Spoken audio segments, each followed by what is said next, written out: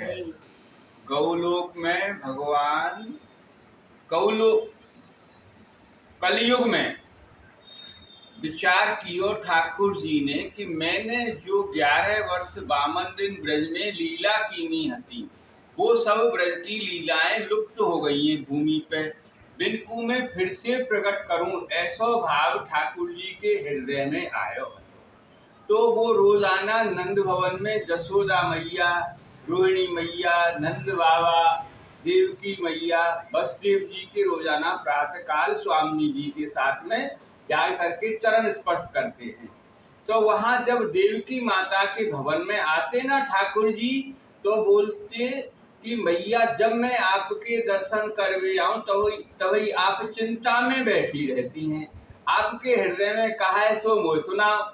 तो मैया बोली, बेटा मेरे हृदय में ऐसा भाव है, मैं यह बहुत भूलवे को जतन करूं पर मैं भूल ना पा रही। बोले मैया कहा है मोकू बताओ तो हत। बोले बेटा मैंने जेल में 6 पुत्रन को जन्म दियो। जब मेरे पुत्रन को जन्म होता तब कंस के दूत बिन पुत्रन को झपट लेते और कंस आमतो और बिन को पछाड़ के निधन कर दे। तो बेटा मेरे आचरण में बड़ो दूध आतो, मैंने मेरे एक पुत्र को आंचल को दूध नाय पायो। बेटा 7वां बलदाऊ जी 5.5 महीने का गर्भ छीन भयो, रोहिणी माता के घर में महामाया ने पहुंचायो भगवान की आज्ञा से। ता पाछे बेटा 8वां 13 अर्धरात्रि जन्माष्टमी भादो के महीना में जन्म भयो। बेटा तब ही तेने चतुर्भुज रूप को हमें जेल में दर्शन दियो, विष्णु भगवान नारायण को। तो बोले कि जो ये बालक है सो मैं हूँ, या तुरंत तुम गोकुल ले जाओ और वहाँ नंद बाबा के घर कन्या को प्राकट भयो है, ताकू यहाँ ले आओ। बोले हम कैसे जावे, हम तो हथकड़ी बेड़ी में जड़े पड़े हैं, हम कैसे जाएंगे। बोले मेरी माया से सब हथकड़ी बेड़ी खुल जाएंगी, संतरी सो जाएंगे, तारे खुल जाएंगे, जल्दी ले जाओ। तो सब हथकड़ी बेड़ी खुली। तो बेटा मैंने मेरे फटे वस्त्र में तो को लपेटो और छवरिया में तेरे पिता के माथे पर रख दियो। मेरे आचरण में बड़ो दूध आ रहे हो, मैंने कंस के डर के मारे दूध ना पायो बेटा तेरे लिए। तो हर सम मेरे हृदय में हरदम यही भाव रहे, मैं कैसी मैया अभागनी, मैंने मेरे एको पुत्र को आंचल को दूध नहीं पायो। तो ये भाव मेरे हृदय में ते निकल रहा है, मैं बहुत जतन करूं।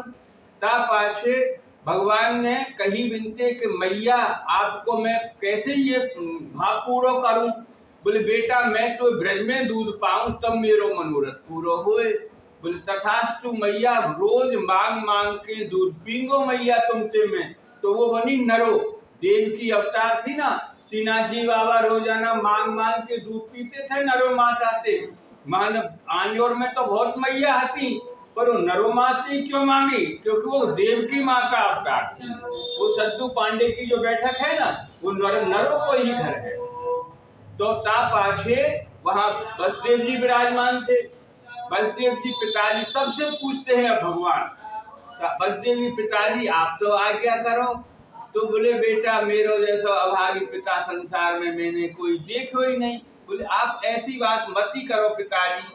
अरे बेटा मेरे सन्मुख मेरे पुत्रन को जन्म हो गए और कंस मेरे सामने ही पछाड़ के इनको निधन कर देवे, मैं हथकड़ी बेड़ी में पड़ो रहूं, जड़ो भयो, मैं मेरे पुत्रन की रक्षा नहीं कर पायो। ऐसे पिता को तो जीनो ही धिक्कार है, का जीवन है बापो जो अपने पुत्रन की रक्षा नहीं कर पावे।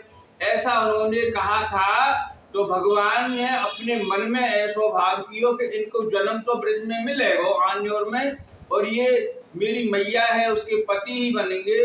तो वो क्या है, हरदेव नाम के ब्राह्मण बने थे आन्योर के, और उन्हीं की पत्नी थी नरोजी।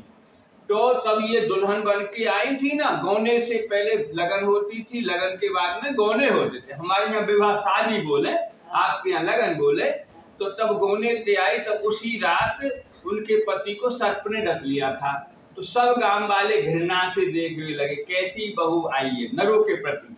तो उनको उनके ससुर ने, जहाँ आज सद्दू पांडे की बैठक है ना, वहाँ झोपड़ी बना दी नी। बाकी सद्दू जी ने एक गैया दी नी अपनी बेटी को दान में, तो वो गैया उसको दे दी नी, तेरे पिता ने जो गैया दी नी है तू याकू सेवा कर यहीं रहे। ऐसे वो नरो का स्थल बना।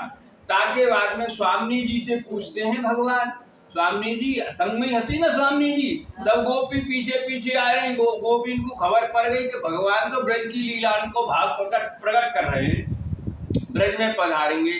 तो राधा जी से पूछी भगवान ने, तुम तो कहो कछु बात। तो राधा जी एकदम गुस्सा में क्रोधित जैसा भाव बनाए लियो। बोले आप कहा भाव है तुम्हारा? बोले प्रभु मोकू तो बहुत बड़ी बड़ी याद आ गई। बोले कहा आई? कि सतयुग में मैं वृंदा नाम की कन्या थी और मैंने आपको विवाह करने के लिए 11,000 वर्ष तक बाल अवस्था में बहुत बड़ा एकांत में तप किया था। मैं किसी पुरुष का मुख नहीं देखूंगी, स्वयं नारायण से ही विवाह करूंगी। और आपने अपनी माया से वहां जलंधर विमान में बैठा करके भेज दियो हतो, तो बाको मैंने मुख देख लियो तो मैंने वो पति बना लियो। तो आपसे उनका युद्ध हो रहा था देवताओं से, तो आपने ऐसी माया करी, जलंधर को रूप बना के आप दोपहर के माध्याह्न जो आती है देवउठनी एकादशी, जय श्री कृष्ण आओ, तो बामे वो आए दोपहर में और आपने प्रभु मेरे साथ में छल किया था। तो आपने जब छल किया तो मेरो पति भोलेनाथ ने निधन कर दियो। तब मोको खबर पड़ी तो मैंने तुम्हें श्राप दे दियो, तुम पत्थर के हो जाओ। तभी लक्ष्मी जी आ गई वहां पे, वो श्राप दे तू लकड़ी हो जा। सब देवता बोले हे देवियो ये श्राप मुक्त कर दो। बोले मुक्त ना हो, परिवर्तन है सके हैं। तो मैं तो आप प्रभु तुलसी बनी, आप बने शालग्राम। तो मैंने तो तुलसी का रूप प्रकट हुआ। मैं पूरे ब्रज में, पूरे द्वापर युग जितनी भी गौलोक में मेरी सखियां हैं सब एक रूप पे आपके चरणों में गौलोक में नहीं, एक रूप पे हमने सबने तुलसी को रूप बनाया ब्रज में। तो बाबन को नाम वृंदावन है गयो पूरे द्वापर युग। अंत में आपने द्वापर के अंत में वहां पर प्रागट लियो, हमको सबको जन्म दियो ब्रज गोपीन को बालन को। तब आपने तो 11 वर्ष 52 दिन ब्रज में लीला करके आप तो मथुरा पधारे, मथुरा से द्वारका पधारे। आपने 16,108 विवाह किए हते। और प्रभु हमने तो बाही वन में वृंदावन में पूरा जीवन श्याम श्याम रटते रटते गुजारे हो। तो प्रभु तो बोले अब आपको भाव कहा है कि जो मैंने सतयुग में आपको श्राप दिया हो तो ना पत्थर के हो जाओ, वही रूप आप धारण करो ब्रज में, किसी माता के गर्भ से जन्म मत लो कलयुग में। बोले तथास्तु, ऐसा ही वरदान दियो। स्वामी जी को तो श्रीनाथ जी बाबा गिरिराज जी में थे, सतयुग को श्राप पूर्व परवे की ताई प्रकट हुए, स्वयं ठाकुर जी हैं। बोलो गिरिराज धरण की जय। ताके बाद में स्वामी जी से पूछते हैं कि तुम तो मांगो, तुम्हारो कहा भाव है? सो आपने मांगो सो मैंने दियो, मैं ऐसा ही रूप धारण करूंगा ब्रज में। तब बोले प्रभु मेरे लिए तो आप नारी को रूप मती दीजो। तो बोले कहा है कि पुरुष देह दीजो, मेरी सुंदर रूप होना चाहिए, मेरी दाढ़ी मूछ पुरुषों का जैसा रूप नहीं बने, सुंदरियों का जैसा गौर वर्ण होना चाहिए। दाढ़ी मूछ नैया पे नैया में गोपी जैसा स्वरूप और मर्दानी देह, निसंकोच भूमि पे घूमू। जो आपने 11 वर्ष 52 दिन जो ब्रज में प्रेम लीला कीनी हते वो लुप्त है गई हैं, बिल्कुल मैं भूमि पर फिर से प्रकट करूं। तो वो महाप्रभु जी भाई, स्वामी जी अवतार कौन है? महाप्रभु जी। जो आपने 11 वर्ष 52 दिन जो लीला कीनी है, जो वैष्णव जन यहाँ जो गौलोक में जीव जो निवास करता है वो वैष्णव जन के रूप में भूमि पे जन्मे, बिनको में सेवा रीति ज्ञात कराऊं, ब्रज की लीलाओं को भाव ज्ञात कराऊं। तो सब वहाँ गोपी थी, ऐसा भगवान ने स्वामी जी को वरदान दियो। तो सब गोपी है ना वहाँ। गोपी बोली प्रभु आप जा रहे हो ब्रज में, तो हम तो आपके बगैर रह ही ना सके, कृपा करो हमें भी आपको ऐसे कुछ कृपा करो ना हमारे, हम कहाँ रह सकती हैं आपके बिना। तो भगवान बोले अरे गोपियों तुम्हारे तो बड़े पुण्य हैं, तुम तो बहुत पुण्यवान हो। बोले प्रभु हमारे कहाँ पुण्य है कि जहाँ जहाँ मैंने माखन चोरी करी तुम्हारे घरन पे, वन में तुम माखन बेचे जाती, मैंने लूट लूट के खायो, ग्वाल वालन ने खिलायो तुम्हारी मटकी पूरी।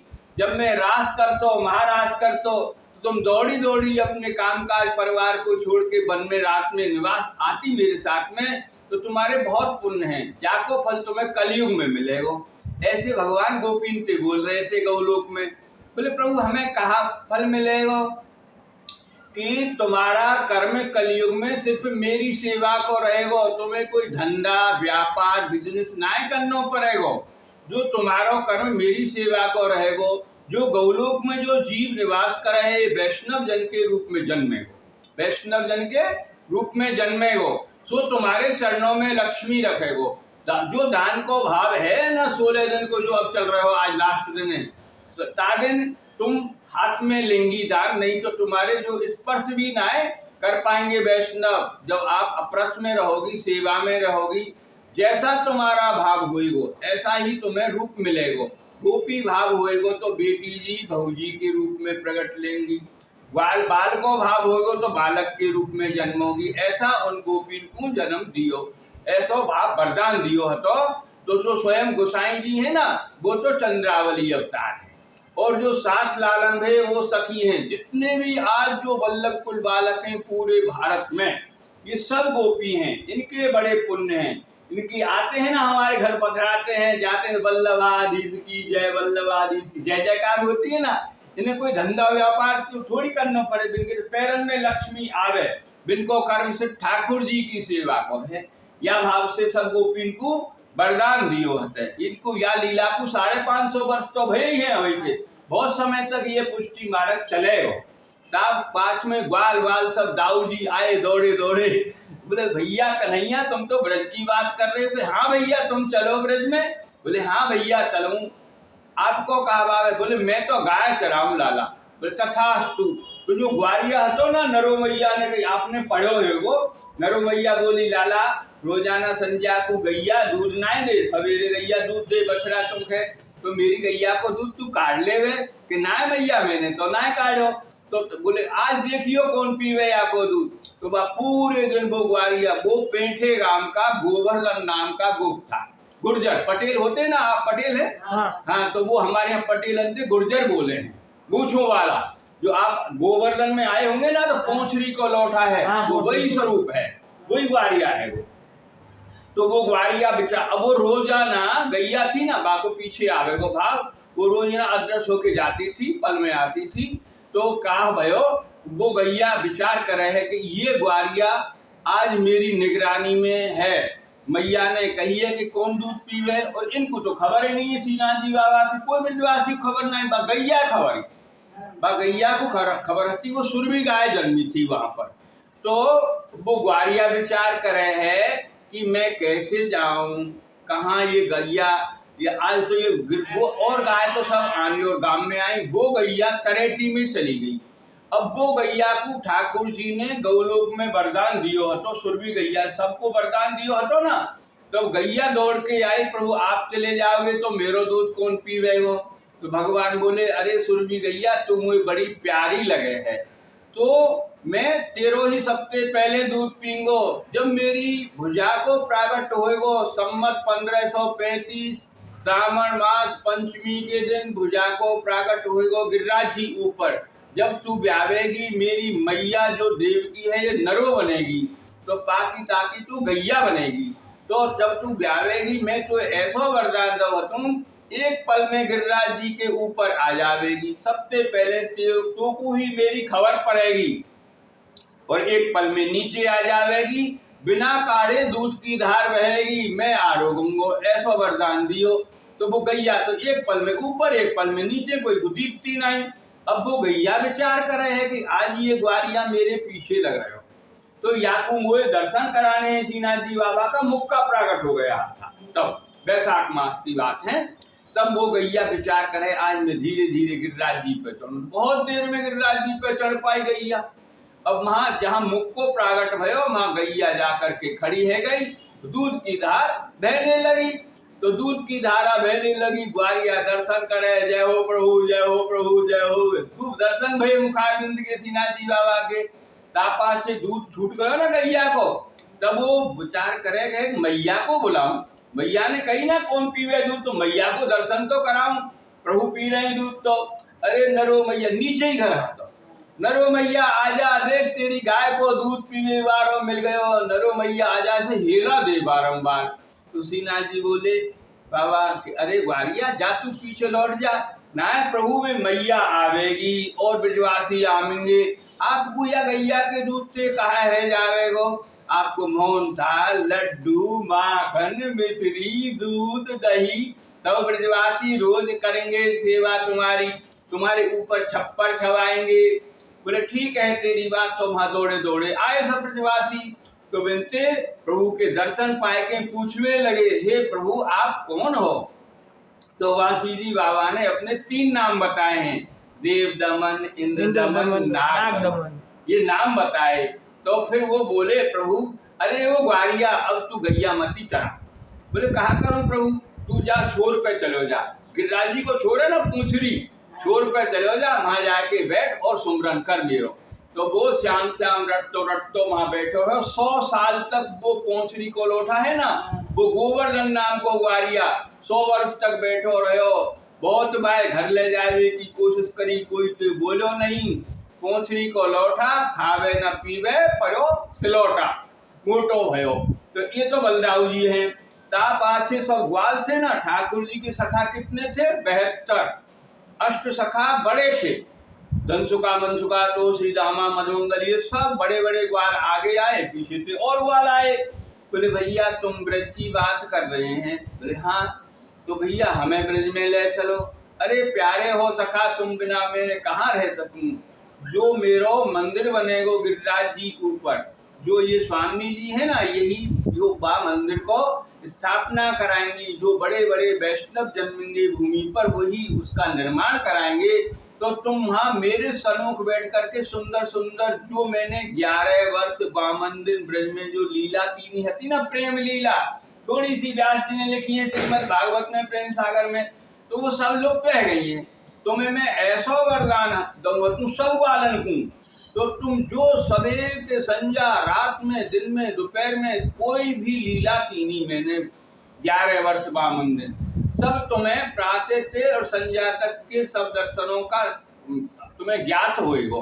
सुंदर सुंदर मेरे कीर्तन बोलोगे, पद बोलोगे, तिनते पुष्टि मार्ग भाव प्रकट होएगो भूमि पे, और मेरी लीलान को तुम्हें दर्शन होकर के सुंदर सुंदर पद बोलोगे।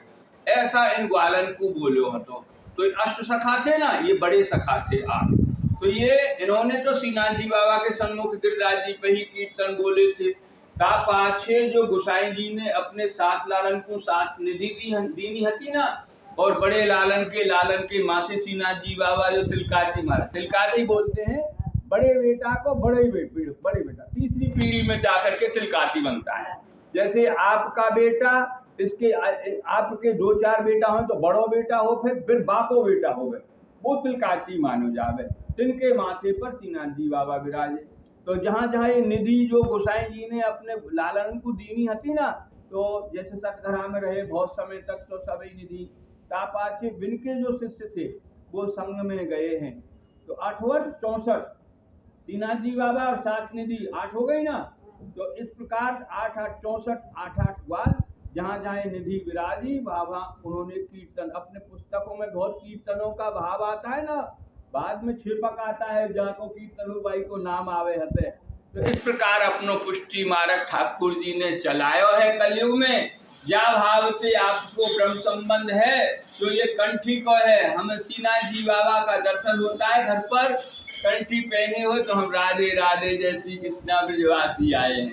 ये ठाकुर जी ने महाप्रभु जी ने भूमि पे प्रकट कियो है। बोल गोवर्धन नाथ की जय। ये